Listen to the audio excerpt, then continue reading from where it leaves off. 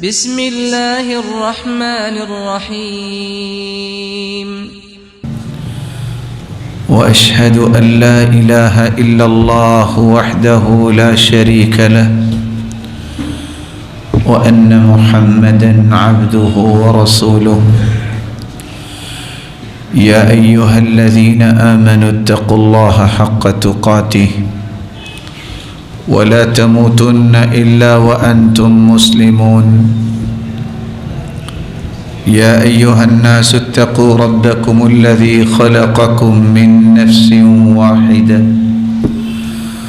وخلق منها زوجها وبث منهما رجالا كثيرا ونساء واتقوا الله الذي تساءلون به والأرحام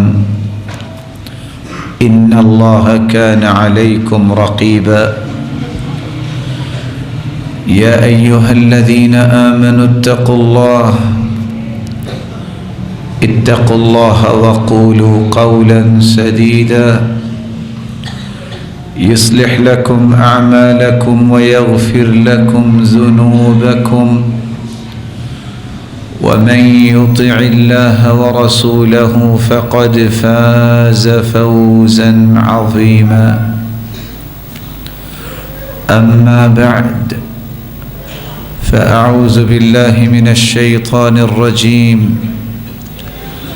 إنما يفتري الكذب الذين لا يؤمنون بآيات الله وأولئك هم الكاذبون لائق ست تکریم سامعین مکرم، اللہ ذوالجلال جو ہم سب کے خالق و مالک و رازق ہیں، اپنی کلام محکم میں یہ فیصلہ سناتے ہیں وَتَمَّتْ كَلِمَةُ رَبِّكَ صِدْقًا وَعَدْلًا۔ اللہ تعالیٰ کی ہر بات صداقت و عدالت کا وہ مصدر اور منبع ہے کہ پوری مخلوق کی صداقتیں جمع ہو کر بھی رب تعالیٰ کے کسی ایک بات کا مقابلہ نہیں کر سکتی، جس طرح مخلوق خالق کا مقابلہ نہیں کر سکتی۔ اللہ تعالیٰ نے ایک دوسری جگہ فرمایا وَمَنْ أَصْدَقُ مِنَ اللَّهِ حَدِيثًا، اللہ سے بڑھ کے بات میں کون سچا ہو سکتا ہے؟ وَمَنْ أَصْدَقُ مِنَ اللَّهِ قِيلًا،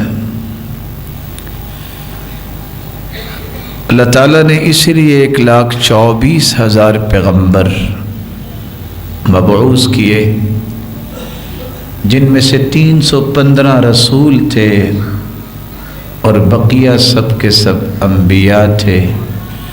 انبیاء نبی کی جمع ہے، اور نبی کہتے ہیں اس مبارک ہستی کو جو سابقہ شریعت کو ہی مضبوط کرے اور دنیا کے سامنے پیش کرے، اور رسول اس کو کہتے ہیں جو اللہ ذوالجلال سے نئی تعلیمات لے کر آئے۔ 1,24,000 پیغمبر، یہ ہستیاں کائنات کی سب سے بڑی صداقت و عدالت کی ہستیاں تھیں۔ آپ صلی اللہ علیہ وآلہ وسلم جو خاتم المرسلین ہیں، قائد المرسلین ہیں، سید البشر ہیں، محمد الرسول اللہ صلی اللہ علیہ وسلم، اس مبارک ہستی جس کو خاتم النبیین کا درجہ دیا گیا، 40 سال تک جب تک نبوت نہیں آئی، قوم کے لوگ کافر بھی تھے، مشرک بھی تھے، لیکن آپ کی صداقت اور عدالت کو تسلیم کرتے تھے۔ آپ کو صادق اور امین کا لقب دیا تھا۔ اس اللہ ذوالجلال کے آخری پیغمبر نے امت کے اندر بھی صداقت و عدالت کو پیدا کرنے کے بہت سارے فرامین جاری کیے قرآن مجید کی روشنی میں اور قرآن مجید کی آیات کو سمجھاتے ہوئے۔ رب تعالیٰ کا فرمان ابھی آپ نے سنا ہے، انما یفتری الکذب، جھوٹ وہ گھڑتا ہے الذین لا یؤمنون بآیات اللہ، یہ ان لوگوں کا شیوا ہے، یہ ان لوگوں کی عادت ہے جن کا اللہ کی نشانیوں پر ایمان نہیں ہوتا۔ وَأُولَئِكَ هُمُ الْكَاذِبُونَ، اور یہی جھوٹے لوگ ہیں۔ معاشرے کے اندر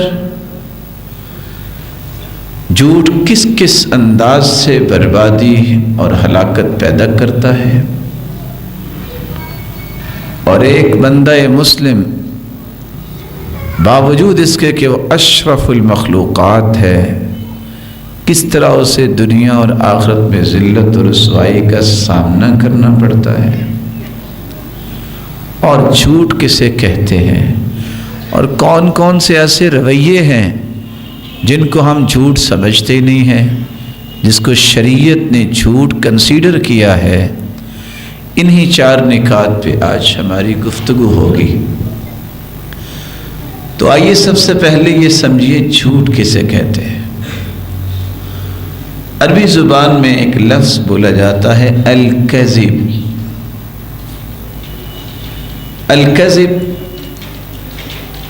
کس کو کہتے ہیں؟ یہ کذب یکذب سے ہے، اس کا مطلب یہ ہوتا ہے جان بوجھ کر خلاف حقیقت بات کرنا۔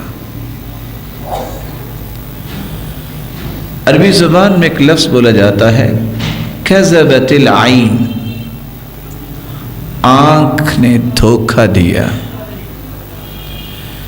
ہمیشہ جھوٹا انسان جھوٹ اس وقت بولتا ہے جب مسلمانوں کو دھوکہ دینا چاہتا ہے۔ عربی زبان میں ایک لفظ بولا جاتا ہے التکاذیب، جھوٹی باتیں، لغویات، باطل گفتگو۔ جھوٹ ہمیشہ وہی انسان بولتا ہے جو لغویات سے پرہیز نہیں کرتا، جس کو حق و باطل کی تمیز نہیں ہوتی، تو وہ اپنی زبان سے نکلتے ہوئے الفاظ کی پرواہ نہیں کرتا۔ عربی زبان میں ایک لفظ بولا جاتا ہے کذبہ اور اکذبہ، کسی پر الزام لگانا، کسی کو جھوٹ پر تیار کرنا۔ جھوٹا انسان جھوٹ اس وقت بولنے پہ مجبور ہوتا ہے جب وہ کسی پر کوئی الزام لگانا چاہتا ہے، تو سچ تو اس کے پاس ہوتا نہیں، وہ اپنے آپ کو سچا کرنے کے لیے اور دوسرے کو جھوٹا کرنے کے لیے اس پر الزام لگاتا ہے جھوٹ بول کر۔ بلکہ صرف وہ الزام نہیں لگاتا، دوسرے لوگوں کو بھی جھوٹ بولنے پر تیار کرتا ہے، آمادہ کرتا ہے۔ کیونکہ اگر وہ معاشرے میں اکیلا ہی جھوٹا ہوگا تو اس کی تو پہچان ہو جائے گی۔ اس کا جی چاہتا ہے کہ معاشرے میں بہت سارے لوگ میرے جیسے ہوں اور لوگ کہیں کہ سارے تو نہیں جھوٹے ہو سکتے۔ اس لیے سیدہ عائشہ رضی اللہ تعالی عنہ کہا کرتی تھی کہ زانیہ عورت کی خواہش یہ ہوتی ہے کہ ساری عورتیں ایسی ہو جائیں تاکہ میری نشاندہی نہ ہو۔ تو جھوٹا انسان ہمیشہ جھوٹ کو پرموٹ کرتا ہے، ہمیشہ اس کی خواہش یہی ہے کہ معاشرہ جھوٹ بولے، اور جھوٹ اسی لیے وہ بیماری ہے کہ معاشرے کے اندر ہر وہ برائی جس کو آپ برائی کہتے ہیں شریعت کی روشنی میں، اس برائی کو قوت دینے والا اگر کوئی گناہ ہے، اس برائی کو پروان چڑھانے والا اور اس برائی کو زندگی کے ہر شعبے میں سرایت کرنے والا اور برباد کرنے والا گناہ جو ہے وہ جھوٹ ہے۔ امام ابن حجر عسقلانی رحمۃ اللہ علیہ جو صحیح بخاری کی شرح لکھنے والے ہیں، انہوں نے جو جھوٹ کی تعریف لکھی ہے وہ بھی سمجھنے والی ہے. وہ کہتے ہیں جھوٹ اس کو کہتے ہیں الاخبار بالشیء علی خلاف ما هو علیہ. ایک شخص خلاف حقیقت کوئی خبر دیتا ہے، خلاف حقیقت خبر دیتا ہے، بیان کرتا ہے. سواء کان عمدا، خواہ وہ جان بوجھ کے ایسا کرے، ام خطأ، یا بے پرواہی سے ایسا کرے، لاپرواہی سے ایسا کرے، غلطی سے ایسا کرے. یہ جو لفظ ابن حجر اسقلانی رحمۃ اللہ علیہ نے بول دیے ہیں یہ بہت گہرے لفظ ہیں. جانتے بوجھتے انسان غلط خبر دے دے جھوٹ ہے، اور اگر غلطی سے بھی ایسا کرتا ہے، غلطی کس طرح ہوگی؟ اس کے بعد ایک بات پہنچی ہے، اس نے انویسٹیگیٹ ہی نہیں کیا، اس نے اس کی تحقیق کرنا پسند ہی نہیں کیا، اس نے انٹیروگیٹ ہی نہیں کیا. قرآن کہتا ہے ان جاءکم فاسق بنبأ فتبینوا فتثبتوا، دونوں متواتر قراءات ہیں. جب بھی تمہارے پاس کوئی بات آ جائے پہلے اس کا تبین کرو، اس کی تحقیق کرو، بات صحیح ہے. فتثبتوا، پہلے اس کا ثبوت دیکھو، ثابت ہے یہ بات. اگر آپ انویسٹیگیٹ نہیں کرتے، اگر آپ اس کو ثابت نہیں کرتے تو معاشرے کا فساد تو ہوگا پھر. اس لیے قرآن نے آگے لفظ جو استعمال کیے ہیں وہ کیا ہیں؟ ان تصیبوا قوما بجہالۃ فتصبحوا علی ما فعلتم نادمین. تم قوم کو ایسا نقصان پہنچا دو گے کہ پھر تمہیں خود بھی شرمندہ ہونا پڑے گا. تو شریعت نے اس لیے کہہ دیا جب تک کوئی بات ثابت نہیں ہو جاتی، جب تک کوئی بات واضح نہیں ہو جاتی، اس کو آگے منتقل نہ کیا جائے.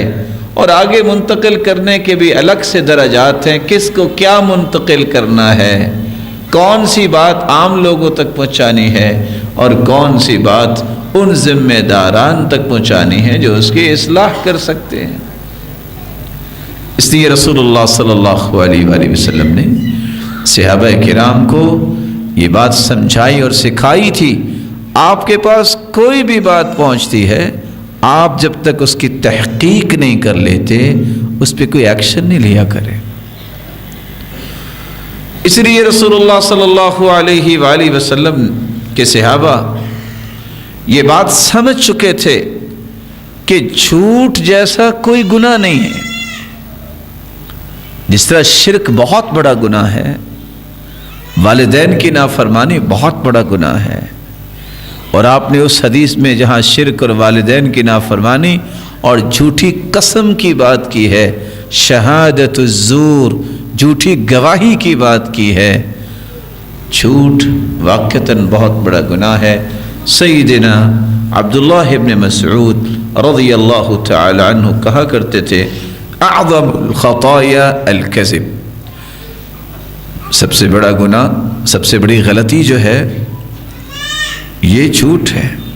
اور ساتھ یہ کہا کرتے تھے وَمَن يُعِفَّ يُعِفَّ اللَّهُ عَنْهُ، اگر کوئی جھوٹ سے بچنا چاہے تو اللہ اسے ضرور بچاتے ہیں. یہ کتنی خوبصورت بات کہہ دی. کچھ لوگوں کا ذہن ہوتا ہے بس جی کیا کریں، جھوٹ پھر بولنا ہی پڑتا ہے نا، تجارت تو چلتی نہیں ہے جھوٹ کے بغیر. وَمَن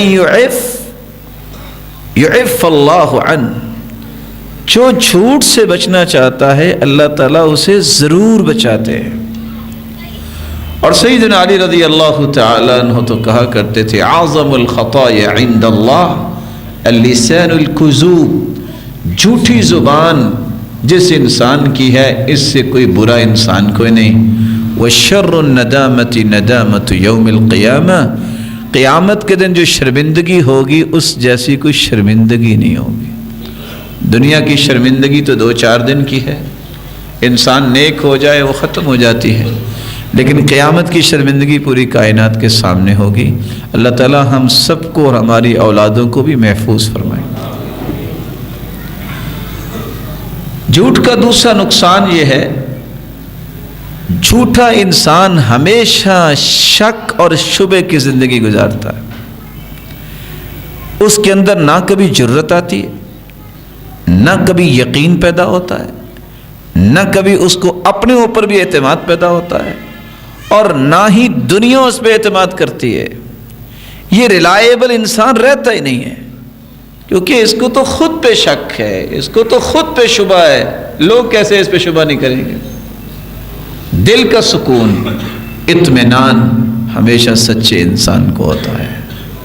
تذبذب کا شکار ہر وقت رہنا، ہر وقت پریشانی کے عالم میں رہنا، یہ جھوٹے انسان کی زندگی ہے۔ اسی لیے حسن ابن علی روایت کرتے ہیں رضی اللہ عنہ کہ رسول اللہ صلی اللہ علیہ وسلم نے ایک سٹیٹمنٹ جاری کر دی، دع ما یریبک الی ما لا یریبک۔ جس چیز میں شک آ جائے، شبہ آ جائے، اس کو چھوڑ دو۔ کیوں؟ فإن الصدق طمأنینہ، اصل قلبی سکون اس انسان کو ملتا ہے جو سچ بولتا ہے، کیونکہ سچائی یہ دل کا اطمینان ہے۔ وَإِنَّ الْكَذِبَ رِيبَ، اور جھوٹ ہمیشہ انسان کو شکی مزاج بناتا ہے، شبہات کی دلدل میں لے جاتا ہے۔ یہ انسان ہر وقت اپنی ذات بلکہ ایمان کے بارے میں، لوگوں کے بارے میں، یعنی دنیا کی کوئی چیز اس کے سامنے سالڈ ہوتی نہیں ہے۔ المرء یقیس علی نفسی، ہر بندہ اپنے آپ پہ ہی قیاس کرتا ہے، جیسا وہ خود جھوٹا ہے اس کو اپنے آپ پہ شک ہے، اس کو ہر بندہ شکی نظر آتا ہے۔ جبکہ بندہ مومن کیا کہتا ہے؟ جو صحابہ کہا کرتے تھے ہوا خیر منی، وہ مجھ سے اچھا ہے، وہ مجھ سے اچھا ہے۔ آج یہ لفظ ہماری زبانوں پہ آتے ہی نہیں ہے کہ وہ مجھ سے اچھا ہے، حالانکہ یہ ایک حقیقت ہے کہ ایک نہیں مجھ سے کروڑوں لوگ اچھے ہیں۔ اس میں کہنے میں کیا حرج ہے؟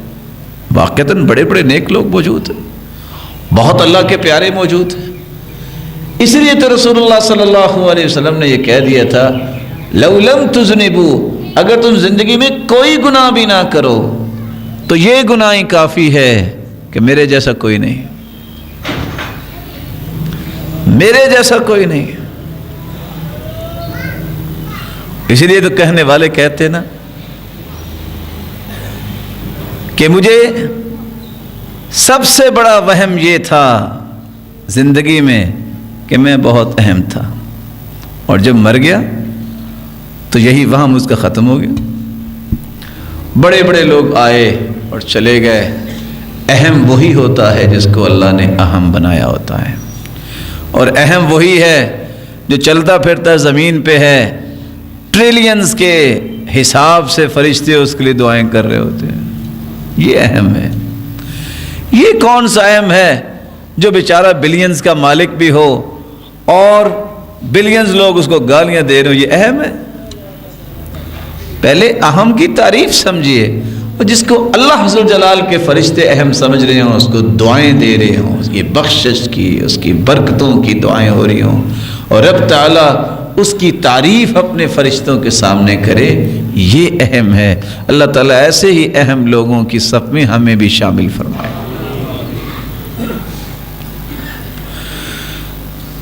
جھوٹ ایک ایسا گناہ ہے جس سے انسان کا ایمان چلا جاتا ہے، یہ اصل میں ایمان کے منافی ہے۔ رسول اللہ صلی اللہ علیہ وسلم نے ایمان جانے کی کیفیت کیا بیان کی ہے؟ وہ بندہ منافق بن جاتا ہے۔ صحیح بخاری کی روایت ہے، آیت المنافق ثلاث، تین ایسی نشانیاں ہیں جس سے انسان منافق ہوتا ہے۔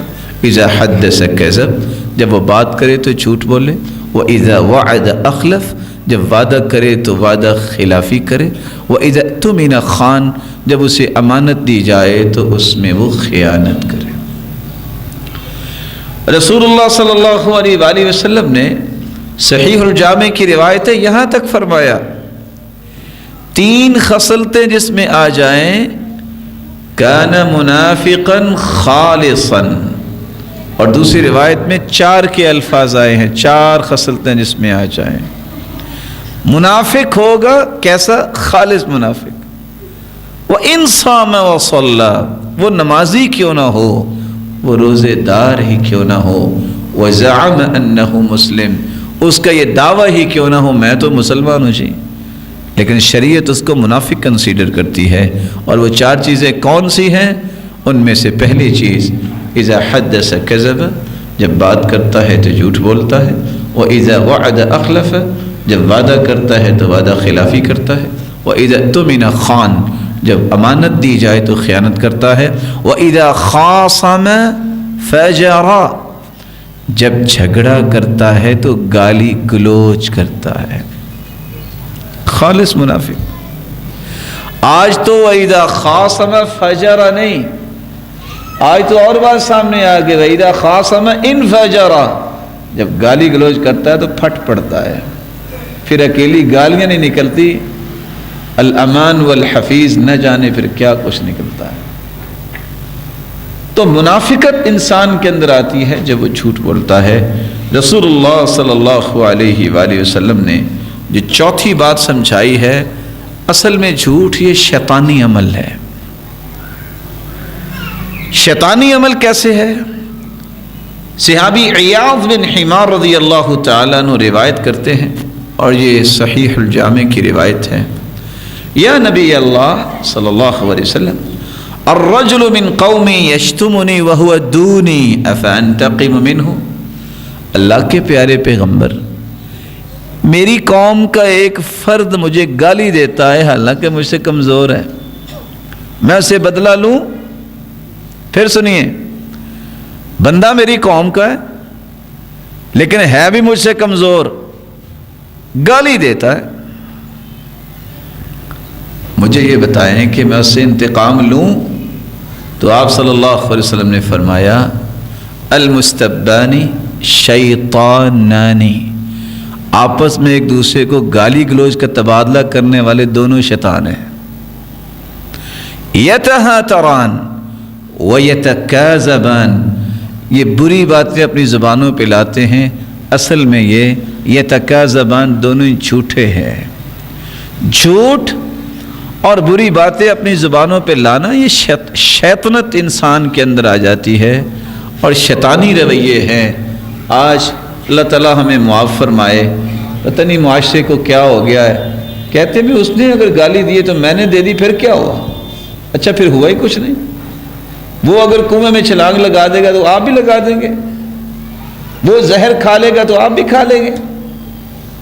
آپ صلی اللہ علیہ وسلم نے فرمایا تھا، لا تکونوا اما، لائی لگ نہ بنو، وطنوا انفسکم، اپنا کو منہج بناؤ، یہ نہ کہو کہ لوگ اچھائی کریں گے تو ہم بھی اچھائی کریں گے، لوگ برائی کریں گے تو ہم بھی برائی کریں گے، یہ کہو ان احسنوا احسننا، اگر وہ اچھائی کریں گے تو ہم نے تو اچھائی کرنی ہے، اگر وہ برائی کریں گے تو ہم پھر بھی اچھائی کریں گے۔ کبھی کسی نے اپنا اچھا رویہ چھوڑا ہے کسی برے کے پیچھے لگ کے؟ ایسا نہیں ہوتا، اور نہ ہی یہ دانش کی بات ہے۔ اچھائی کے رویے کو انسان کو کبھی بھی چھوڑنا نہیں چاہیے۔ تو 4تھا نقصان جو جھوٹ کا ہے، انسان کے اندر شیطانی رویہ آ جاتا ہے، یہ شیطنت انسان کے اندر آ جاتی ہے۔ آپ سوچئے جس انسان کے اندر شیطنت آ جائے اسے خیر کی آپ کیا امید کریں گے؟ اور اللہ کے رسول نے لفظ ہی بول دیے شیطانان، یہ دونوں شیطان ہی بن گئے۔ 5واں نقصان جو ہے وہ رسول اللہ صلی اللہ علیہ وآلہ وسلم نے فرمایا کہ انسان خیر اور برکت سے محروم ہو جاتا ہے۔ جھوٹ بولنے والا خیر اور برکت سے محروم ہو جاتا ہے۔ آج معاشرہ یہ کہتا ہے کہ جھوٹ بولنے سے تجارت کو فروغ ملتا ہے، اب کس کی بات مانیں؟ بلا شبہ اللہ کے رسول صلی اللہ علیہ وسلم کی بات کو ماننا پڑے گا۔ حدیث کے الفاظ ہیں، البیعان بالخیار ما لم یتفرقا، ڈیل جب ہوتی ہے ایک خریدنے والا ہوتا ہے اور ایک بیچنے والا ہوتا ہے، بخاری مسلم کی روایت ہے۔ دونوں جب ڈیل کرنے کے لیے بیٹھے ہیں جب تک وہ بیٹھے ہیں اس ڈیل کو توڑ بھی سکتے ہیں، اس کو باقی بھی رکھ سکتے ہیں، لیکن جب ان کا سودا ہو گیا ہے، اٹھ کے چلے گئے، فرقت بالابدان اور فرقت بالکلام، گفتگو بھی بند ہو گئی ہے اور وہاں سے اٹھ کے بھی چلے گئے ہیں، تو یہ ڈیل توڑی نہیں جا سکتی۔ ہم تو بادشاہ لوگ ہیں نا، جب چاہیں توڑ لیں، جب چاہیں رکھ لیں۔ ہاں اگر 3 دن کا اختیار دے دیا جائے کہ بھی 3 دن آپ بھی سوچ لیں، میں بھی سوچ لیتا ہوں، تو 3 دن کے اندر اندر اس کو توڑا جا سکتا ہے۔ اگر اختیار نہ دیا جائے تو اس ڈیل کو توڑنا جائز نہیں ہے۔ لیکن ساتھ ایک اصول دے دیا، وَإِن صَدَقَا، اگر دونوں ہی سچ بولتے ہیں، خریدنے والا بھی بیچنے والا بھی۔ کیسا سچ؟ خریدنے والا بھی کہتا ہے کہ یہ میں آپ کو پیمنٹ کر رہا ہوں، یہ میں آپ کو چیکس دے رہا ہوں، یہ پیمنٹ اس وقت اس طرح ہوگی، سچ بولتا ہے۔ اور چیکس وہ دیتا ہے کہ اس کے بینک میں کوئی چیز پڑی ہے۔ وہ آج کل بہت سارے نیک لوگ، اللہ تعالیٰ معاف فرمائے، دھوکہ کھا جاتے ہیں ایسے لوگوں سے کہ جو دیہاتی لوگ ہیں۔ ویسے بھی حدیث کے الفاظ ہیں، دیہاتی جب شہر کی طرف آئے تو رستوں میں اس سے کاروبار نہ کرو، اس کو منڈی میں آنے دو، کیونکہ کچھ تیز لوگ ہوتے ہیں، وہ منڈی میں آنے سے پہلے رستے میں اسے سودا طے کیا اور پروفٹس جو ہے وہ خود جا کے شہر میں لیتا ہے، جب منڈی میں پہنچتا ہے اس کو پتہ ہی نہیں اس کا بھاؤ کیا ہے۔ تو آپ نے سن کے حیران ہوں گے کہ بعض لوگ ایسے بھی چلاک ہیں کہ وہ اچھے بھلے صاف کاغذ پہ چیک لکھ کے انگلش میں اور اس کو باقاعدہ کمپیوٹر میں لکھ کے دے دیتے ہیں، کہتے ہیں چیک۔ اور لاہور کا واقعہ آپ سن کے تو حیران ہو جائیں گے، میں تو حیران رہ گیا کہ آج کل یہ بھی ہو رہا ہے۔ بندے نے 1 لاکھ روپیہ لیا ہے قرض اور کہتا ہے 1 مہینے کے بعد لوٹا دوں گا، 1 ماہ کے بعد لوٹا دوں گا، لکھ کے دے دیا لوٹا دوں گا۔ 1 مہینہ آیا جب وہ بیچارہ گیا اس کے گھر میں، میری سمجھ سے باہر ہے کہ اس نے یہ کیسے حرکت کی۔ تو آرام سے اندر سے لوٹا لے کے آیا اور اس کو دے دیا۔ اس نے کہا یہ کیا؟ کہتے میں نے لکھ کے یہ دیا ہے کہ 1 ماہ کے بعد لوٹا دوں گا۔ یعنی اس لفظ کو پڑھنے میں، پروننسیشن میں لوٹا دوں گا اور لوٹا دوں گا، یعنی اس انداز سے انسانیت گر چکی ہے کہ حدیث کہتی ہے کوئی قرض دیتا ہے اس کو 18 گنا نیکی ملتی ہے، اور جس کو قرض دیا ہے اس کو 2 کام کرنے چاہیے، الحمد والادا، وقت پہ واپس کر دے اور بہت ساری دعائیں دے اس کو کہ یہ مصیبت میں میرے کام آیا ہے۔ اللہ تعالیٰ دھوکہ اور دھوکہ کرنے والوں سے ہمیں محفوظ فرمائے۔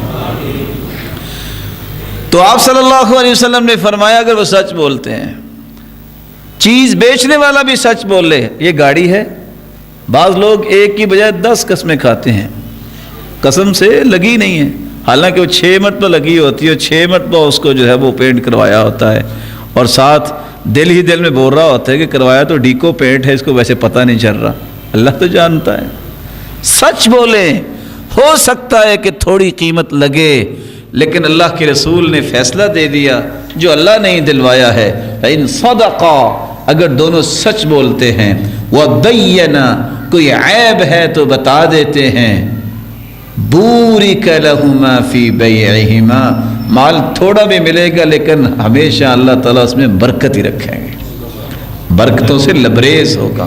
وَإِن كَتَمَا وَكَذَبَا مُحِقَتْ بَرَكَةُ بَيْعِهِمَا، اگر دونوں نے چھپا لیا کچھ اور جھوٹ بولا، چھپایا کیسے؟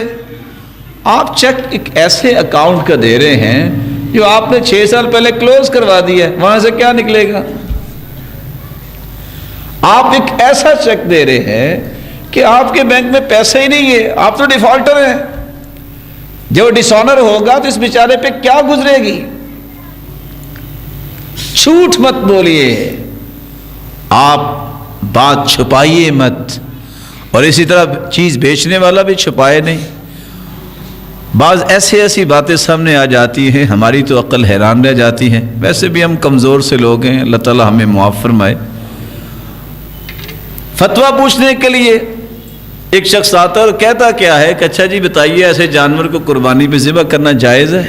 کیسے جانور کو؟ جو گائے خریدی تھی، گائے بہت اچھی تھی، تو شہروں میں چونکہ ذرا صفائی کا خیال رکھا جاتا ہے، اللہ کرے یہ صفائی چونکہ مومن کا شعار ہے، یہ دیہاتوں میں بھی ہو اور شہروں میں بھی ہو۔ انہوں نے اس کی دم پہ ایک پائپ چڑھایا ہوا تھا، نہ جانے اچانک کسی گاڑی نے کو ہارن دیا ہوگا اور گائے ڈر گئی۔ جب وہ ڈر کے بھاگی، اس نے جلدی سے اس کی دم سے پکڑنا چاہو، پائپ اس کے ہاتھ میں رہ گئی اور گائے بھاگ گئی۔ کہتے جی بتائیں، وہ تو ہم نے پکڑ لی ہے لیکن اس کی دم نہیں ہے، دم کے نیچے بھی تھوڑی سی، وہ پائپ کے نیچے بھی تھوڑی سی دم نکالی ہوئی تھی، نظر آئے کہ دم ہے، اور اوپر بھی اس کی معمولی سی دم کا حصہ تھا، دم نہیں ہے، یہ سارا پائپ ہی تھا۔ کیا ایسا جانور قربانی پہ لگ سکتا ہے؟ نہیں۔ فتویٰ اپنی جگہ رہ گیا۔ مجھے یہ بتاؤ کہ یہ لوگ کتنے اللہ تعالیٰ نے ان کو ذہین بنایا ہے، لیکن اس ذہانت کو یہ شیطانی راہوں میں کس طرح استعمال کرتے ہیں۔ اگر چھپا لے، اگر جھوٹ بولے، مال زیادہ مل سکتا ہے، قیمت زیادہ لگ جائے گی، لیکن حدیث کے لفظ سنیے، محقت برکت بیعہما، محق کہتے ہیں مٹا دینا۔ اللہ ذوالجلال اس مال کی برکت کو مٹا دیتے ہیں، ختم کر دیتے ہیں۔ وہ جتنا بھی مال مل جائے اس میں برکت نہیں آتی۔ مسلمانوں سے دھوکہ کرنا چھوڑ دو، مسلمانوں سے فراڈ کرنا چھوڑ دو۔ یہاں رک کے میں ایک بات کا اضافہ کر دوں۔ اللہ ذوالجلال نے یہ جتنے فرامین اپنے پیغمبر کی زبان سے نکالے ہیں، اس کا کوئی مفہوم ہے؟ آپ دھوکہ اور فراڈ اس کو کہیں جس کو شریعت نے دھوکہ اور فراڈ کنسیڈر کیا۔ کسی پہ الزام بھی مت لگائیں، اپنی خواہشات کے مطابق اپنی رائے کو کسی پہ مسلط کر کے مت کہیں کہ یہ دھوکہ ہے۔ دھوکہ وہی ہوگا اس کو شریعت نے دھوکہ کہا ہے۔ مثال کے طور پہ اتفاق سے کچھ لوگوں کا یہ سوال پیدا ہوتا ہے کہ فلاں شخص نے دھوکہ کر دیا۔ بھی دھوکہ کیا کیا ہے؟ یہ بچپن میں اچھے بھلے دوست تھے، کٹے شراب پیتے تھے، اب دوستی اس نے چھوڑ دی ہے، دھوکہ کر گیا۔ کمال کا دھوکہ بھی، وہ ایک نیک بن گیا ہے، اس سے غلطی ہوئی، اس سے گناہ ہوا، اس نے اللہ سے توبہ کر لی، وہ اللہ کا پیارا بن گیا ہے، اس نے اگر برائی کو چھوڑ دیا ہے تو یہ دھوکہ ہو گیا؟ یہ تو اللہ کے قریب ہونے کی بات ہے، اس نے تو دھوکوں سے اپنی جان چھڑا لی ہے۔ اس لیے لوگ کوشش کرتے ہیں کہ ایسے لوگوں کو دھوکہ دینے والا اور دھوکے باز کر کے واپس گناہ کی طرف لائیں۔ اس لیے کہنے والے نے کہا، جب بھی نیک لوگ بنتے ہیں برائی کرنے کے بعد تو ان کو فوراً نیکوں کا ساتھ اختیار کرنا چاہیے، پھر وہ بروں سے اپنے آپ کو الگ کر لیں۔ نتیجہ کیا نکلے گا؟ اگر بروں سے الگ نہ کیا تو وہ کہیں گے کہ جانتے ہو اکٹھے ہم گانے سنتے تھے، اکٹھے ہم شراب پیتے تھے، اکٹھے ہم نماز چھوڑتے تھے، آج تم ہی نیک بن گئے ہو۔ تو وہ سوچتا ہے بات تو اس کی صحیح ہے، بات تو اس کی صحیح۔ کس طرح صحابی اسلام سے پہلے وہ تعلق تھا اس کا ایک ایسی عورت کے ساتھ، وہ کس طرح کی چور بازاری تھی جاہلیت کے اندر، اللہ نے اسلام دے دیا، اللہ نے ایمان دے دیا، تو کس طرح عناق نامی عورت جو ہے وہ جب مکہ میں صحابی پہنچے تو عناق نے دیکھ لیا، اس نے آواز دی، انہوں نے دیکھا ہی نہیں، کہا میں جانتی ہوں تمہیں، وہی ہو نا؟ انہوں نے جواب نہیں دی، کیونکہ اب یہ مسلمان ہو گئے تھے، اب یہ اللہ کے پیارے بن گئے تھے۔ اس نے کہا میں شور بچا کے لوگوں کو بتاؤں گی، اس نے جواب نہیں دیا۔ اس کو یقین تھا کہ اب میں رب کا بن گیا ہوں، اس کا شور میرا کچھ بگاڑ نہیں سکے گا، اسلام قبول کر لیا۔ مت کسی کی باتوں میں آئیے، دھوکہ وہ ہوتا ہے جس کو شریعت نے دھوکہ کہا ہے۔ کوئی برائی چھوڑ کے نیک بن گیا ہے، یہ دھوکہ نہیں ہے۔ اللہ تعالیٰ ہر ایک کو برائی چھوڑا کے نیک بننے کی توفیق عطا فرمائے۔ رسول اللہ صلی اللہ علیہ وآلہ وسلم نے جو 7ویں بات بیان کی ہے جھوٹ کے نقصانات میں سے، بعض گناہ ایسے ہیں جن کی سزا قیامت کو ملے گی، اور بعض گناہ ایسی ہیں جن کی سزا دنیا میں مل جاتی ہے۔ اور سب سے جلدی سزا جس کی بھگتنی پڑتی ہے انسان کو دنیا میں ہی، ان میں سے ایک گناہ جھوٹ ہے۔ حدیث کے الفاظ سنیے، سلسلہ صحیح ہے اور صحیح الجامع کی روایت ہے، ما من ذنب اجدر ان يعجل اللہ تعالی لصاحبه العقوبة في الدنيا مع ما يدخره له في الآخرة۔ کوئی ایسا گناہ نہیں جس کو اللہ تعالیٰ دنیا میں بھی عذاب دے اور آخرت کے لیے ذخیرہ بھی کر لے۔ ایسے گناہ چند ہیں۔ وہ کون سے گناہ ہیں؟ البغی وقطیعۃ الرحم والکذب، رشتہ داریوں کو توڑنا، جھوٹ بولنا، خیانت اور بغاوت، یہ ایسے گناہ ہیں کہ انسان بہت جلدی پکڑا جاتا ہے۔ اللہ ذوالجلال ہم سب کو محفوظ فرمائے۔ آٹھویں بات جو رسول اللہ صلی اللہ علیہ وسلم نے سمجھائی ہے، آپ اگر کسی کو صرف انٹرٹینمنٹ دینے کے لیے بھی بات کرتے ہیں جھوٹی، تو یہ بھی جھوٹ ہے۔ مت سوچئے گا کہ میں تو لوگوں کو چلو ریلیکس کر رہا تھا، یہ بھی جھوٹ ہے۔ آپ صلی اللہ علیہ وسلم نے فرمایا یہ بھی ہلاکت اور بربادی کا باعث ہے۔ ویل ویل للذی یحدث بالحدیث فیکذب لیضحک بہ القوم ویل لہ ویل لہ۔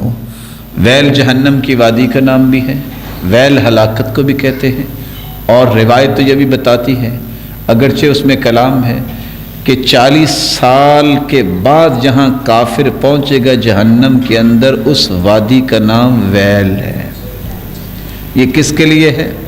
جو بندہ بات کرتا ہے جان بوجھ کے جھوٹ بولتا ہے کہ لوگ ہنسیں، ویل اللہ، اس کے لیے ہلاکت ہے، اس کے لیے ہلاکت ہے۔ آج جتنے اسٹیٹ ڈرامے اور پتہ نہیں اللہ کی حکمت نئے نئے نام آئے ہیں، ہم تو ایسے ناموں سے بھی واقف نہیں ہو سکے۔ جب پتہ چلتا ہے تو حیرانگی ہوتی ہے کہ اچھا ایسا کام بھی ہے۔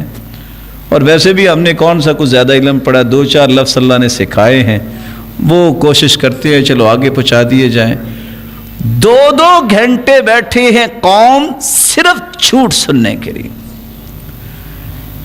نہ جانے کون کون سے ڈراموں کا نام ہے اور کون کون سے رویے آگے ہیں، اور بیٹھے پرواہی کو نہیں کہ ہم کیا سن رہے ہیں، اور جھوٹ بولی جا رہے ہیں اور نقالی کی جا رہے ہیں، یہ فلاں حسب حال ہے جی، اور فلاں یہ ہے جی۔ انسانیت کو ہمیشہ وہ بات سننی چاہیے، مثل المؤمن مثل النحلہ لا تأکل الا طیبا ولا تضع الا طیبا۔ مومن کی مثال شہد کی مکھی کی مثال ہے، شہد کی مکھی کھاتی بھی اچھا ہے، نکالتی بھی اچھا ہے۔ وہ کھاتی کیا ہے؟ پھولوں کا رس، اور کیا نکالتی ہے؟ شہد۔ مومن بات سنتا بھی اچھی ہے، کرتا بھی اچھی۔ جو مثالیں اللہ تعالیٰ کے پیارے پیغمبر نے مومنوں کے دی، اس پہ انسان غور ہی نہ کرے کہ میری مثال کیا اللہ کے رسول نے دے دی ہے۔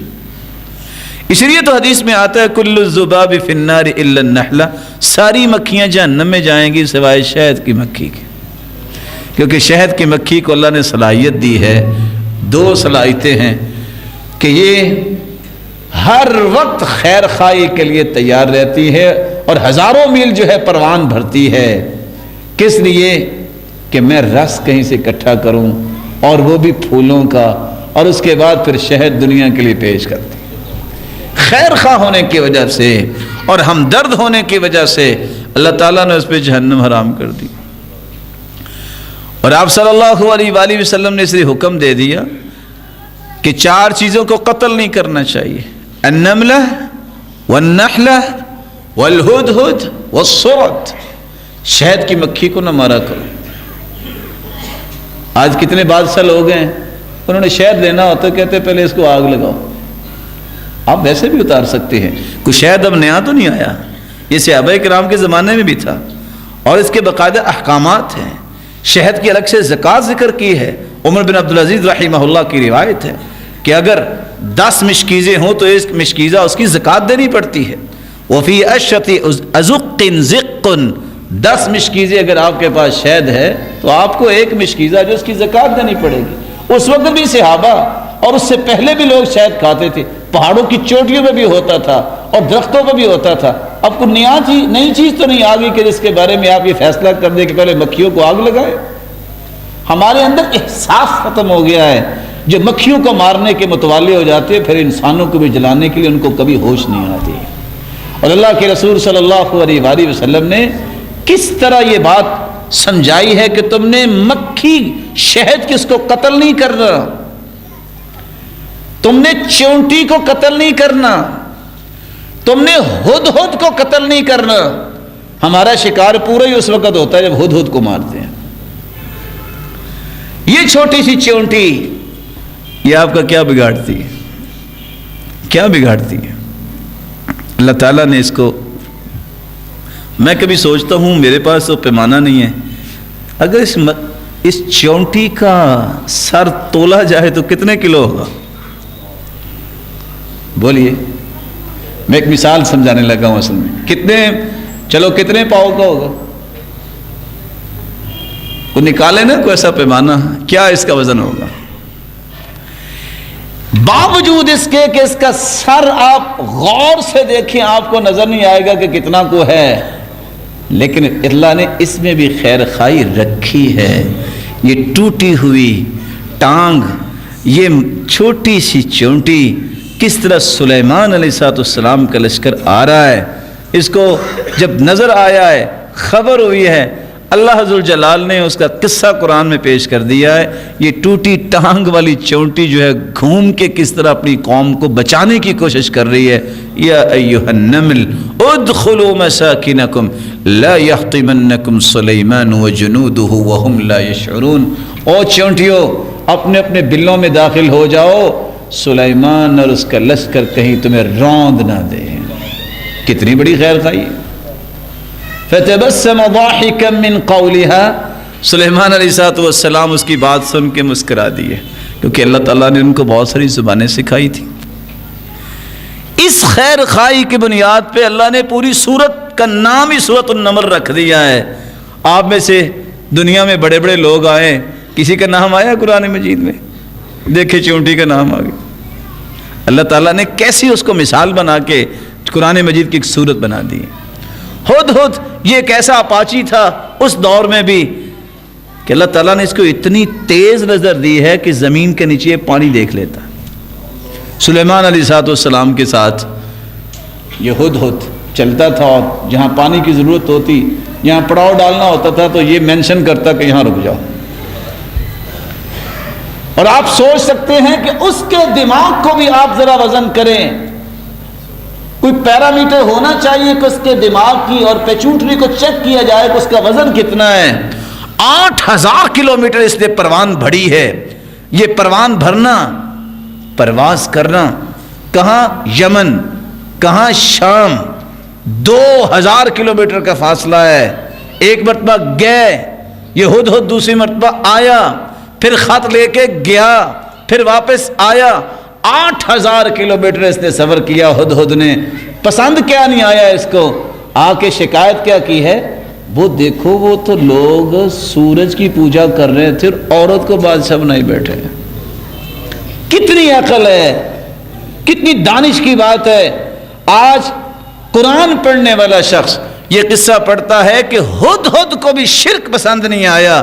اللہ تعالیٰ نے ہمیں 5-5, 10-10 کلو کا سر دیا ہے, پھر بھی کہتے پھر کیا ہوا, پھر کیا ہوا, پھر ہوا ہی کچھ نہیں ہے. جس رب نے تمہیں پیدا کیا ہے کھاؤ تم اس کا اور جھکو کسی اور کے سامنے, کچھ ہوا ہی نہیں ہے. تو اللہ کے رسول نے فرمایا ہدہد کو قتل نہ کرو. اور چوتھی بات وہ سرت, آپ نے دیکھا ہوگا ایک پرندہ جس کی دم سرخ ہوتی ہے, ویسے اس کے مختلف کلرز ہوتے ہیں. یہ پرندہ بھی خیر خواہ ہے. کیسی خیر خواہی کرتا ہے؟ کیڑے مکوڑوں کا بھی زندہ رہنے کو جی چاہتا ہے کہ نہیں؟ آپ نے دیکھا ہوگا مینڈک بیٹھا ہوگا, 1 منٹ میں کتنے کیڑے کھا جاتا ہے اگر اس کے دائیں بائیں ہوں. یہ پرندہ چھوٹے چھوٹے جانوروں کی زندگی بچانے کے لیے کوشش کرتا ہے. جس کے اندر خیر خواہی ہے, جس کے اندر ہمدردی ہے, رب تعالیٰ نے اس کی حفاظت کا حکم دے دیا ہے. تعجب کی بات ہے کہ ہدہد, یہ سرت, یہ نحلہ, یہ نملہ, ان چاروں کو قتل کرنے کا حکم دیا نہیں گیا, روکا گیا ہے کہ ان کو قتل نہ کرو کیونکہ خیر خواہی ہے. تو اگر کوئی آپ کو دین سکھانے والا ہو، کوئی جنت کی راہ دکھانے والا ہو، کوئی دین سمجھانے والا ہو، تو اس کے بارے میں پلاننگ کرنی چاہیے کہ یہ تو ختم ہو گئے تو سکون آئے گا. سوچنے کی بات ہے. دانش ہے کہ رسول اللہ صلی اللہ علیہ وآلہ وسلم نے امت کو کیا سمجھایا اور آج امت کیا سوچ رہی ہے. اللہ تعالیٰ صحیح سوچنے کی توفیق عطا فرمائے. اس لیے امام احمد بن حنبل رحمۃ اللہ علیہ کہا کرتے تھے اور سچ کہا کرتے تھے، جھوٹ جو ہے یہ انسان کو ہمیشہ ذلیل کرتا ہے. الصدق عز والکذب خضوع. سچائی ہمیشہ انسان کو عزت دیتی ہے، جھوٹ ہمیشہ انسان کو ذلیل کرتا ہے. اور احنف بن قیس کہا کرتے تھے لا مروءۃ للکذوب. جھوٹے بندے کی کوئی مروت اور عزت نہیں ہے. ولا سؤدد للبخیل. بخیل آدمی کبھی بھی سردار نہیں بن سکتا. لیڈرشپ اور بخیلی اکٹھی نہیں ہو سکتی. ولا ورع لسیء الخلق. جس کا اخلاق برا ہے کبھی متقی نہیں بن سکتا. آپ اگر کہو نا کہ ایک بندہ گالیاں دیتا ہے بہت متقی انسان ہے، یہ بہت بڑا جھوٹ ہے. متقی انسان گالیاں نہیں دے گا. ولا ورع لسیء الخلق. برے اخلاق والا کبھی بھی ورع اور متقی نہیں بن سکتا. رسول اکرم صلی اللہ علیہ وآلہ وسلم کا اس لیے تو یہ مزاج مبارک تھا. اور وہ مزاج کیا تھا کہ رسول اللہ صلی اللہ علیہ وآلہ وسلم کو اگر پتہ چل جاتا کہ کسی نے جھوٹ بولا ہے، جب تک اس سے توبہ نہ کروا لیتے اس وقت آپ اس سے بات نہیں کیا کرتے تھے. كان اذا اطلع على احد من اهل بيته كذب كذبة لم يزل عنه معرضا حتى يحدث منه توبة. پتہ چل جاتا کہ فلاں نے جھوٹ بولا ہے، اتنے ناراض ہوتے جب تک توبہ نہ کروا لیتے اس سے بات کرنا پسند نہ کرتے. ہم کیا کہتے ہیں، یہ بندہ بڑا قابل ہے، اس کو میرا سیکٹری بنانا چاہیے. یہ بندہ ایک منٹ میں جو نا وہ کلٹی کروا دیتا ہے، کیا گولی دیتا ہے، یہ صحیح کام کرتا ہے. میری فیکٹری میں، میری انڈسٹری میں سب سے قابل ترین یہی شخص.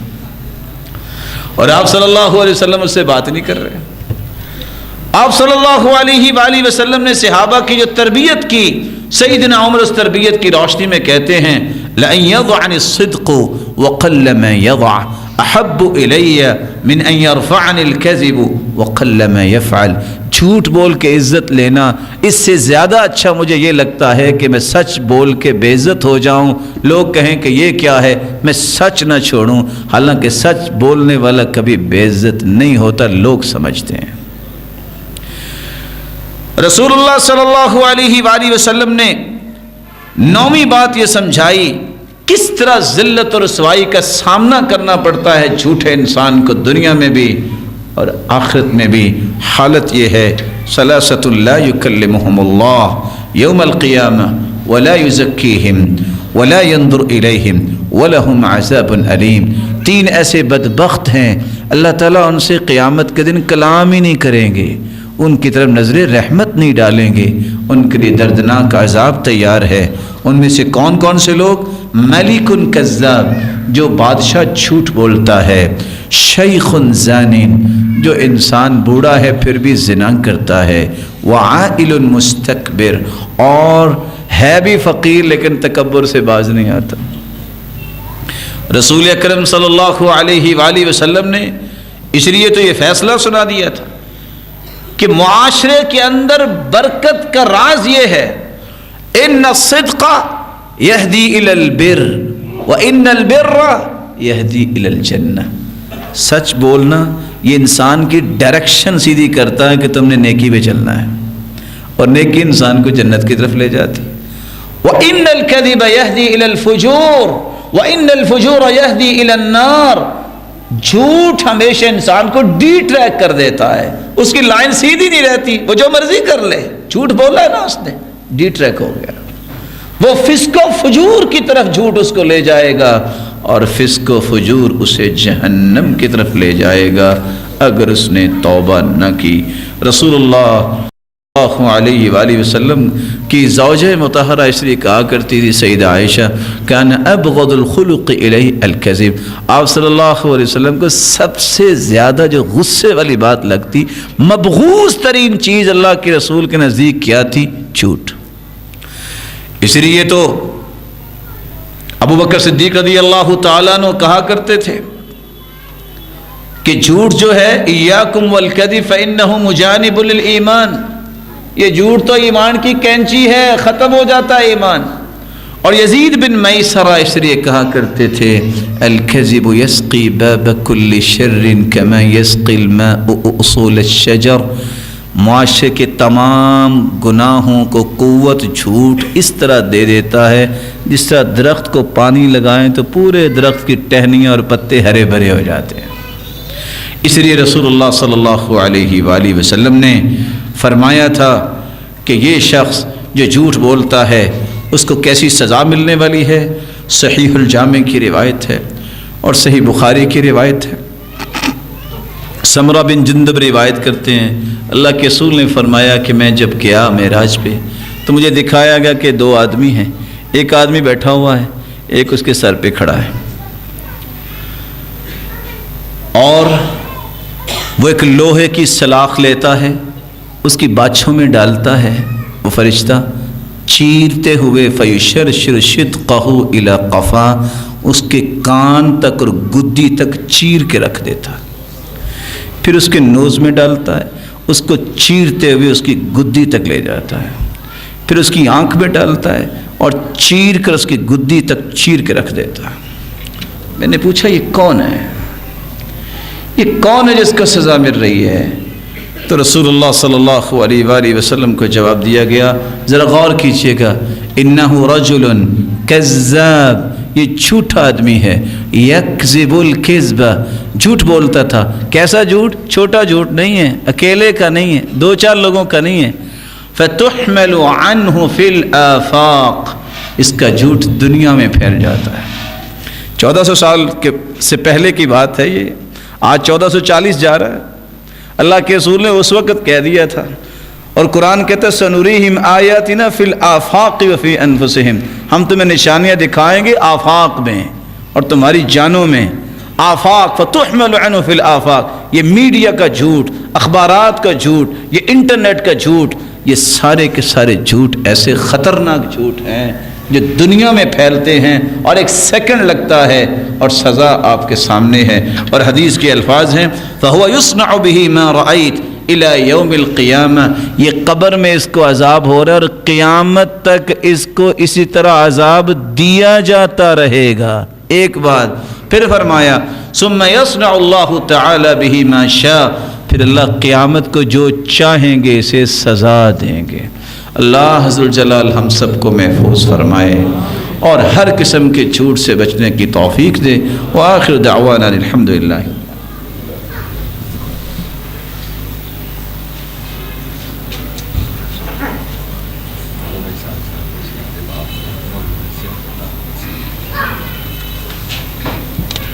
الحمدللہ علی احسانہ والشکر له علی توفیقی وامتنانی، اما بعد فاعوذ باللہ من الشیطان فإنه عدو للإنسان، اما بعد۔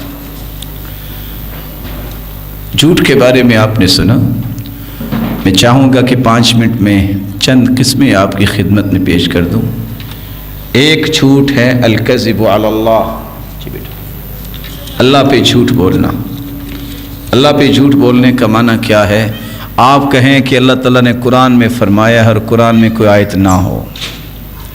آپ کہیں اللہ تعالیٰ کا حکم ہی یہ ہے اور اللہ تعالیٰ کا حکم تو قرآن میں ہی ہے، یہ نبیوں نے بتایا ہے، نہ وہ چیز قرآن میں ہو، نہ وہ حدیث قدسی میں ہو، نہ اللہ کے رسول نے فرمایا ہو کہ مجھے میرے رب نے جبریل کے ذریعے یہ بات بتائی ہے، ایسی بات کہہ دینا، اللہ کی طرف نسبت کر دینا جو اللہ تعالیٰ کی طرف سے آئی نہیں ہے، یہ اللہ پہ جھوٹ ہے۔ اور اللہ پہ جھوٹ کا دوسری شکل یہ ہے کہ اگر آپ کہہ دیں کہ اللہ کا کوئی بیٹا ہے، حدیث میں آتا ہے شتمنی ابن آدم وما ينبغي له ان يشتمنی، وَكَذَّبَنِي ابْنُ آدَمَ وَمَا يَنبَغِي لَهُ أَن يُكَذِّبَنِي، آدم کے بیٹا مجھے گالی دیتا ہے حالانکہ اسے لائق تو نہیں ہے، یہ مجھے جھٹلاتا ہے، جھوٹا کہتا ہے، اس کے لائق تو نہیں ہے۔ اللہ کے رسول کیسے اللہ کو گالی ہے، کیسے جھٹلاتی ہے مخلوق؟ اللہ تعالیٰ نے فرمایا میرے لیے گالی یہ ہے کہ کوئی کہے میرا کوئی بیٹا ہے، میرا کوئی بیٹا ہے، فسبحانی، میں تو پاک ہوں، نہ میری بیوی، نہ میرا بیٹا، نہ میں جنا گیا، نہ میری کوئی اولاد ہے۔ جو میرا بیٹا ثابت کرنا چاہتا ہے وہ مجھے گالی دیتا ہے۔ تعجب کی بات ہے، دن قریب ہیں، مسلمان جو اللہ کو گالی دینے والے ہیں ان کے لیے 600 کا بینر لگائیں گے کہ ہم مسیحی برادری کو جو ہے وہ ان کی خوشی میں شریک ہوتے ہیں اور ان کو مبارک دیتے ہیں کہ انہوں نے کرسمس ڈے کا یہ دن منایا ہے۔ اور مسلمانوں کو یہ سوچنا چاہیے اسلام کتنا خوبصورت دین ہے۔ کوئی عیسائی ہے، کوئی یہودی ہے، اگر وہ آپ کے ملک میں ہے اور آپ کے قوانین کی پابندی کرتا ہے، آپ ان کو قتل نہیں کر سکتے، ان کے حقوق ہیں۔ لیکن اس کے ساتھ ساتھ دین یہ کہتا ہے غیر مسلم کی خوشی میں مومن شریک نہیں ہوتا۔ اور سیدنا عمر رضی اللہ تعالیٰ عنہ نے اس لیے کہا تھا کہ جو شخص غیر مسلم کی خوشی میں عید میں شریک ہوتا ہے انڈا لے کے، وہ بھی اتنا ہی کافر ہے جتنا کافر کافر ہے۔ انڈے کی کیا قیمت ہے؟ اور اب 2.5 کلو اور 10 کلو کی جو ہے وہ ٹوکریاں بنا کے اور مٹھائی جا کے پیش کرتے اور کیک کاٹتے ہیں۔ کبھی سوچا میں کیا کر رہا ہوں؟ قرآن نے لفظ کیا بولے ہیں؟ تکاد السماوات یتفطرن منہ وتنشق الارض وتخر الجبال هدا ان دعوا للرحمن ولدا وما ينبغي للرحمن ان يتخذه ولدا۔ قریب ہے کہ آسمان پھٹ جائے، زمین شک ہو جائے، پہاڑ ریزہ ریزہ ہو جائیں، لوگ کہتے ہیں اللہ کا کوئی بیٹا ہے؟ اللہ کا تو کوئی بیٹا نہیں۔ اور میں آپ میں سے پڑھے لکھے لوگوں سے گزارش کروں گا کبھی گاڈ سپیل پکڑ کے پڑھیے گا کیا لکھا ہے۔ جو تورات انجیل جو اس وقت دنیا میں موجود ہے کبھی پڑھیے گا کیا لکھا ہے۔ میرا عقیدہ وہ ہے جو قرآن کہتا ہے کہ عیسیٰ اللہ کے پیغمبر تھے، اللہ کے نبی تھے، اللہ نے بغیر باپ کے انہیں پیدا کیا، اور ان پر ایمان لانا کہ وَأَنَّ عِيسَى عَبْدُ اللَّهِ وَرَسُولُهُ۔ صحیح بخاری کی روایت ہے جو عیسیٰ کو اللہ کا بندہ اور اس کا رسول مانتے ہیں اور اللہ کے بعد اللہ کے رسول کو بشر مانتے ہیں، اور عیسیٰ علیہ السلام کے بارے میں ان کا ایمان ہے، جنت کا ایمان ہے کہ جنت مومنوں کے لیے ہے، جہنم کافروں کے لیے ہے، ایسے لوگوں کے لیے جنت کے 8 دروازے کھل جائیں گے۔ لیکن آج کی تورات اور انجیل لکھتی کیا ہے؟ وہاں لکھا ہوگا یسوع بن یوسف النجار، کرتے کرتے من سلالت آل داود، آل داود سے تعلق ہے ان کا، اور یسوع یعنی عیسیٰ علیہ السلام کے باپ کا نام یوسف النجار ہے۔ یہ لکھنے والے لکھتے ہیں جن سے آج ہم بڑی محبت کا اظہار کرنے کے لیے کبھی بھی سوچتے نہیں ہیں کہ یوسف النجار کی، نعوذ باللہ، میرے منہ میں خاک میں یہ بات آپ کو صرف نقل کر رہا ہوں، کو لکھتے یہ ہیں کہ مریم علیہ السلام کے ساتھ یوسف النجار کی دوستی ہوئی جس کی پاداش میں عیسیٰ پیدا ہوئے۔ جو تمہارے پیغمبر کو، جو ان پاکیزہ ہستیوں کو بے نسب کہیں اور ان کے بارے میں زبان کھولیں اور تمہیں شرم اور حیا نہ آئے کہ تم جا کے کیک کاٹ کے 10 روپے کی پکچر بنانے کے لیے تمہیں اتنی ہرس ہو جائے کہ میری شہرت ہو جائے۔ کبھی انبیاء کی عزتوں اور عصمتوں کے ساتھ بھی سودے بازی کرتے ہیں۔ رسول اللہ صلی اللہ علیہ وآلہ وسلم کے صحابہ بھی گئے تھے، حالانکہ عیسائی تھا وہ، اس کے سامنے جب جعفر طیار رضی اللہ تعالیٰ عنہ نے سورۃ مریم کی تلاوت کی تھی نجاشی کے سامنے، تو نجاشی نے کیا کہا تھا؟ تنکا پکڑ کے کہا تھا کہ اتنی بھی کمی نہیں کی عیسیٰ علیہ السلام کی شان بیان کرنے میں اس بندے نے، اور یہی بات اس کو موہ لی تھی، اسی طرح مسلمان ہو گیا تھا۔ آج مسلمانوں کو یہ سوچنا ہے کہ ہم کدھر جا رہے ہیں، ہماری محبت کے زاویے کدھر ہیں۔ اصول سنیے، اور اللہ تعالیٰ نے منہج قرآن و حدیث کا ایسا رکھا ہے، اللہ کی قسم روئے زمین پر ایسا منہج آپ کو دنیا میں نظر نہیں آئے گا، وائلنس سے دور، دنیا کو امن کا پیغام دینے والا یہ منہج ہے جو قرآن و سنت کا منہج ہے۔ منہج کیا ہے؟ کوئی عیسائی، کوئی یہودی اگر تمہارے قانون کی بالادستی کو مانتا ہے، تمہارے قانون کی وہ اطاعت کرتا ہے، مسلمانوں کے ملک میں رہتا ہے، آپ اس کو قتل نہیں کر سکتے۔ جو بندہ معاہدے کرنے کے بعد مسلمان اگر کسی یہودی اور عیسائی کو قتل کرتا ہے وہ جنت کی خوشبو بھی نہیں پائے گا۔ کتنا پیارا دین ہے۔ وہ آپ کو جزیہ دیتے ہیں، ٹیکس دیتے ہیں، آپ کے قانون کی بالادستی کو مانتے ہیں، آپ کے شاعر پہ حملہ نہیں کرتے، آپ ان کو قتل نہیں کر سکتے۔ لیکن ساتھ ہی دین یہ کہتا ہے، رسول اللہ صلی اللہ علیہ وسلم نے ہفتے کے دن روزہ رکھنے سے منع کر دیا، اکیلے ہفتے کے دن۔ فرمایا یہودیوں کی خوشی کا دن، عید کا دن ہے، میں ان کی مخالفت کرنا چاہتا ہوں۔ آپ کو اس غیرت کو باقی رکھنا ہوگا۔ اللہ ذوالجلال ہمیں توفیق سے نوازے۔ اللہ کے رسول پہ جھوٹ، آج واٹس ایپ کھولو، مختلف اپلیکیشنز آ گئی ہیں، اتنا جھوٹ پھیلایا جاتا ہے، اس کو فارورڈ کرو گے 10 مرتبہ تو یہ ہو جائے گا، تو آپ خود ہی کر لو، آدھے آدھے کر لیں گے بعد میں۔ اللہ کے رسول سے جو چیز ثابت نہیں ہے، ضعیف حدیثیں، من گھڑت قصے، کہانیاں، یہ اللہ کے رسول پہ جھوٹ ہے۔ من کذب علی متعمدا فلیتبوأ مقعدہ من النار، جو اللہ کے رسول پہ جھوٹ بولتا ہے اس کا ٹھکانہ جہنم ہے۔ لوگوں کو یہ کہنا کہ اللہ کے رسول نے یہ فرمایا، اللہ کے رسول نے تو فرمایا ہی نہیں ہے، وہ ثابت تو کرنا چاہیے نا، کہاں لکھا ہے؟ آخر دنیا میں حدیثوں کی کتابیں، کسی حدیث کی کتاب میں اس کا تذکرہ تو ہونا چاہیے۔ میں ایک مثال دے دیتا ہوں، بس صحابہ کرام نا وہ رفع الیدین کیا کرتے تھے، بت چھپا کے لے آتے تھے۔ لاجک سمجھ لو، حدیث تو چونکہ ہے نہیں، قصہ حقیقی تو ہے نہیں، مجھے آپ دیانتداری سے بتاؤ یہاں کون سی سیف بنی ہوئی ہے جہاں بت چھپ جاتے ہیں؟ جب آپ پہلی مرتبہ اللہ اکبر کہتے ہیں، حالانکہ یہاں تک ہاتھ اٹھانا بھی جائز ہے، وہ تو صرف کانوں تک اٹھانا جائز ہے، تو پہلی مرتبہ جب اٹھاتے ہیں تو پھر بت نہیں گرتے تھے، دوسری مرتبہ رکوع سے اٹھتے وقت کرتے اس وقت گرتے تھے۔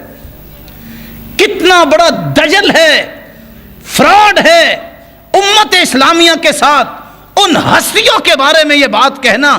نعوذ باللہ، خود جو انسان منافق ہوتا ہے وہ صحابہ کے بارے میں منافقت کی باتیں کرتا ہے، جنہوں نے اللہ کے رسول کے آنکھ کے اشارے سے جانیں چھڑک دی، ان کے بارے میں کہنا کہ بت چھپا کے آ جاتے تھے۔ مجھے بتاؤ اس وقت الفی تھی؟ یہاں الفی لگا کے آتے تھے؟ پلاسٹک کے بت تھے؟ کبھی لاجک بھی دیکھا کرو کہ میری زبان جو بول رہی ہے میں جھوٹ بول رہا ہوں، اس کا مجھے حساب دینا پڑے گا۔ ان ہستیوں کے بارے میں کیا کہہ رہا ہوں؟ ان ہستیوں جیسی کوئی ہستی اللہ نے پیدا نہیں کی۔ حاشا للہ ان یکون ھذا، اللہ کے رسول صلی اللہ علیہ وسلم نے جو کچھ سکھایا صحابہ نے وہی کچھ کیا ہے۔ تیسرا جھوٹ جو انسان لوگوں کو ہنسانے کے لیے بولتا ہے، یہ بھی جھوٹ ہوتا ہے۔ سنی سنائی بات کو آگے پہنچانا میرے بھائی یہ بھی جھوٹ ہوتا ہے۔ کفا بالمرء کذبا ان یحدث بکل ما سمع، آدمی کے جھوٹا ہونے کے لیے اتنا ہی کافی ہے کہ وہ سنی سنائی بات کر دیتا ہے۔ بچے کو للچانے کے لیے ماں اگر کوئی بات کہہ دیتی ہے اور پوری نہیں کرتی، یہ بھی جھوٹ ہوتا ہے۔ اللہ کے رسول نے دیکھا، ایک عورت نے کہا یا عبداللہ تعال اعطیک شیئا، بیٹا ادھر آؤ میرے پاس، میں آپ کو ایک چیز دوں گی۔ آپ نے پوچھا کیا دینا تھا؟ کہا میرا جی چاہتا تھا میں اس کو کھجور دوں گی۔ کہا اگر تم بلا لیتی اور کھجور نہ دیتی تو یہ بھی جھوٹ لکھا جاتا۔ رسول اللہ صلی اللہ علیہ وآلہ وسلم نے فرمایا بدگمانی بھی جھوٹ ہے۔ ایاکم والکذب ایاکم والظن فإن الظن اکذب الحدیث، بدگمانی سے بچو، بدگمانی بہت بڑا جھوٹ ہے۔ اور میں آپ سے گزارش کروں گا، بد زبانی اور بدگمانی یہ دو ایسے گناہ ہیں، یہ بندہ ساری زندگی چین نہیں لے سکتا، ساری زندگی اس کو چین نہیں آتا، یہ ترلے لیتا ہوا اور پریشانیوں کے عالم میں دنیا سے چلا جاتا ہے، اس کو چین نہیں آتا۔ اب مومنوں کے بارے میں بدگمان نہ ہوا کریں اور اس کے ساتھ ساتھ بد زبان نہ ہوا کریں۔ بدگمانی یہ انسان کو اللہ کے رسول نے فرما دیا جھوٹ، اور صرف جھوٹ نہیں کہا، ایاکم والظن فإن الظن اکذب الحدیث، یہ بہت بڑا جھوٹ ہے، چھوٹا جھوٹ بھی نہیں۔ اس لیے بدگمان اور بد زبان کبھی چین نہیں لیتا۔ اللہ تعالیٰ آپ سب کو چین نصیب فرمائے۔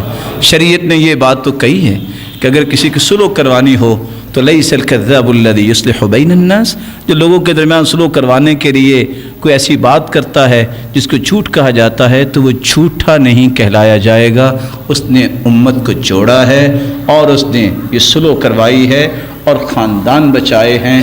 اصلاح ذات البین، یہ اصلاح کروانا ہے، یہ بہت بڑا عمل ہے۔ جھوٹ کیا ہے اور کنایا کیا ہے؟ دو بھائی لڑے ہوئے ہیں، جھگڑے ہوئے ہیں، اگر آپ کہتے ہیں نہیں یار آپ تو ویسے ہی کہہ رہے، وہ تو آپ کو بہت چاہتا ہے، مسلمان وہ تو آپ کی تعریف کر رہا تھا، تو آپ سلوک کروانے کے اندر یہ طریقہ اختیار کر سکتے ہیں، بقیہ کسی چیز میں آپ کو اجازت نہیں ہے۔ ہاں اللہ کے رسول نے دوسرا موقع بھی پیش کر دیا عورت کو راضی کرنے کے لیے۔ اس کا مطلب یہ نہیں ہے کہ آج سننے کے بعد آئندہ سے جھوٹ شروع ہو جائیں، اور اسی طرح عورت مرد کو راضی کرنے کے لیے وقتی طور پہ کو بات پیش کرنا۔